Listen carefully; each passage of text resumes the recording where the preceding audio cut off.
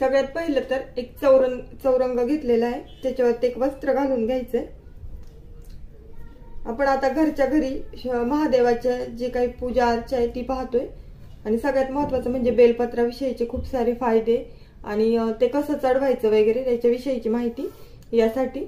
म्हणून आपल्याकडे जर घरात आपल्या पिंड अवेलेबल नसते स्वामी शंकरांची, त्यामुळे आता मी या चौरंगावरती एक वस्त्र घालून घेतले। वस्त्र म्हणजे आपण जे देवघरात जे वस्त्र वापरतो तेच आहे आणि त्याच्यावरती आता मी तांदूळाने शंकराची पिंड काढून घेते।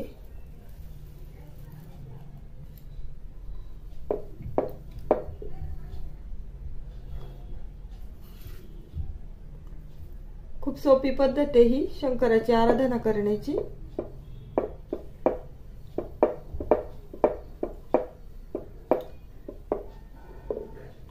हीच पिंड तुम्ही वाळूची किंवा मातीची काढली तरी चालते, परंतु आता मी घरातलं जे धान्य असते आपलं तांदूळ त्याच्याने काढतेय। तुम्हाला तर माहितच असेल की स्वामी शंकरांना तांदूळ आणि पांढरा रंग हा किती जास्त प्रिय आहे। हे वस्त्र जरी तुम्ही पांढऱ्या रंगाचं वापरलं तरी अतिउत्तम। अशा पद्धतीने पिंडीचा आकार देऊन घ्यायचा आणि मध्ये शिवलिंग काढून घ्यायचं।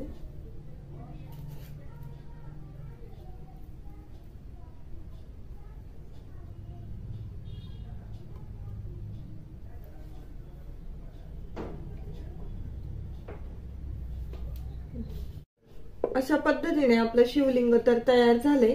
आता सगळ्यात पहिलं तर आपण याची पूजा करून घेऊया। हळदी आणि कुंकू आणि फूल वाहून घेऊया। आपल्याला सगळ्यांनाच माहित असेल की भगवान शंकरांना पांढरा रंग खूप जास्त प्रिय आहे, त्यामुळे फूल पण ठेवताना आपण पांढऱ्या रंगाचंच ठेवणार आहोत। जर तुमच्याकडे अवेलेबल नसेल पांढऱ्या रंगाचं तर कुठलंही फूल ठेवलं तरी चालेल, परंतु पांढऱ्या रंगाला प्राधान्य द्यायचंय। त्यानंतर ना आपल्याला हे पण माहित असेल की भगवान शंकर आणि पार्वती माता यांचे 13 मुलं मुली आहेत। त्यापैकी आपल्याला फक्त 2च प्रामुख्याने माहित असतात, कार्तिकेय आणि श्री गणेश। तर त्यातला प्रत्येकाचं स्थान सांगण्यासाठी मी वेगळा व्हिडिओ बनवेल, परंतु हा जो काही गोलाकार भाग असतो हातासारखा, हा जो आतमधला गोलाकार भाग आहे ज्याच्यावर हे शिवलिंग ठेवलेलं असतं, हे शिवलिंग म्हणजे भगवान शंकर असतात आणि जे जो खालचा हात आहे तो माता पार्वती राणीचा असतो। त्यानंतर हा जो लेफ्ट साइडचा भाग आहे जिथनं शिवलिंगावरती सोडलेले जलामृत बाहेर जातं, तर लेफ्ट साइडचा भाग आहे हा कार्तिकेयचा असतो, भगवान कार्तिकेय, आणि भगवान गणेश हे राईट साइडला असतात। आणि त्यानंतर सगळ्यात महत्वाचं म्हणजे भगवान शंकरांची सगळ्यात छोटी मुलगी की तिचं स्थान आहे ते हे इथे कडेला अशोक सुंदरी म्हणून, तर ते तिथे एवढे प्रामुख्याने ही माहिती दिली। आता सगळ्यात महत्वाचं म्हणजे आता माझ्या हातामध्ये हे बेलपत्र आहे, पाहू शकता।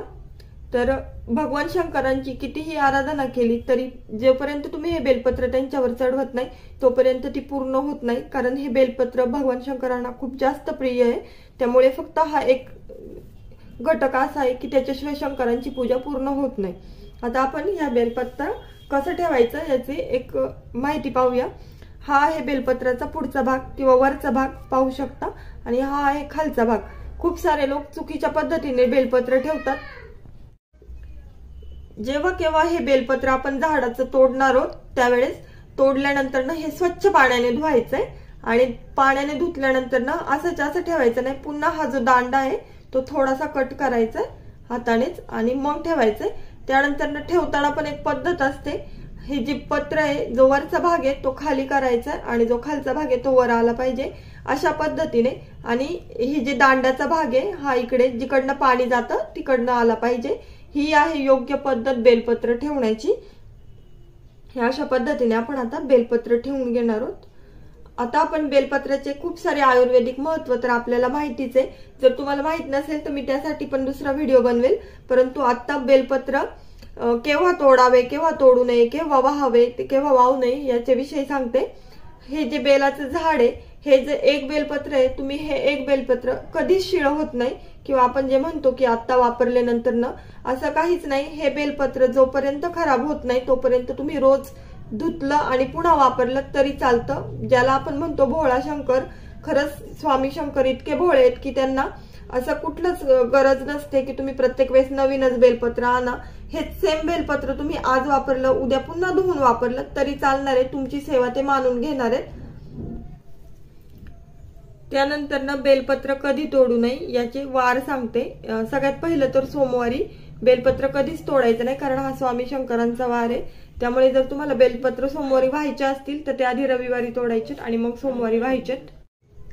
त्यानंतर ना चतुर्थी कुठल्याही पक्षातले असू दे, कृष्ण पक्ष असू दे किंवा शुक्ल पक्ष असू दे, चतुर्थीच्या दिवशी, अष्टमीच्या दिवशी, बार्शीच्या दिवशी, चतुर्दशीच्या दिवशी आणि अमावस्येच्या दिवशी, ह्या दिवशी सुद्धा कटाक्षाने बेलपत्र तोडायचं टाळायचं आहे। त्यानंतर ज्या संक्रांती येतात, आपल्याला फक्त एकच मकर संक्रांत माहित असते की जी संक्रांत धनु राशीतनं मकर राशीत प्रवेश करते ती मकर संक्रांत, परंतु अशा वर्षाच्या 12 संक्रांती येतात, कारण सूर्य हा प्रत्येक राशीतनं दुसऱ्या राशीमध्ये जात असतो। तर त्या संक्रांत असं दिलेलं असतं कॅलेंडरमध्ये किंवा मग तुमचं पंचांग असतं किंवा त्याच्यामध्ये दिलेलं असतं की आज संक्रांती, त्या दिवशी पण बेलपत्र तोडायचं नाहीये, त्याने आपल्याला खूप मोठं नुकसान होतं।